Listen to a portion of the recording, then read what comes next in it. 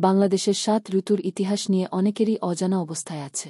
এই ঋতুগুলি বাংলাদেশের সমাজ, প্রাকৃতিক পরিবেশ এবং কৃষির মাধ্যমে সংগঠিত হয়েছে। সাধারণভাবে বাংলাদেশের ৭ ঋতু হল: ১. গ্রীষ্মকাল সুম্মের। গ্রীষ্মকাল বাংলা ক্যালেন্ডারে বৈশাখ ও জ্যৈষ্ঠ মাসের মধ্যে অবস্থান করে। এটি প্রাকৃতিক জীবনের সময়, যখন তাপমাত্রা উচ্চ এবং বৃষ্টিপাত কম। ২. বর্ষা মনসুন। বর্ষাকাল আষাঢ় ও শ্রাবণ মাসের মধ্যে অবস্থান করে। এটি বাংলাদেশের মহাজাতীয় কৃষির জন্য অত্যন্ত গুরুত্বপূর্ণ ঋতু, যখন বৃষ্টিপাত অনেকটাই হয়। ৩. শরৎ অ্যাউটামন। শরৎ আশ্বিন ও কার্তিক মাসের মধ্যে অবস্থান করে। এটি হেমন্তের আগমন ও শীতকালের আগমনের মধ্যমে অবস্থান করে। ৪. হেমন্ত প্রিউইন্টার। হেমন্ত মার্গশীর্ষ ও পৌষ মাসের মধ্যে অবস্থান করে। এটি শরৎ থেকে শীতকালের আগমনের মধ্যমে অবস্থান করে। ৫. শীতকাল উইন্টার।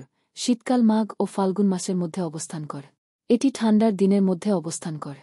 ৬. বসন্ত স্প্রিং। বসন্ত ফাল্গুন ও চৈত্র মাসের মধ্যে অবস্থান করে। এটি সবচেয়ে শুষ্ক এবং হুমকির মধ্যে অবস্থান করে। ৭. শরৎকাল লেট আউটাম। শরৎকাল বৈশাখ ও জ্যৈষ্ঠ মাসের মধ্যে অবস্থান করে। এটি বাংলাদেশে গ্রীষ্মকালের পর হয় এবং সেই সময়ে জ্বালানি হয়।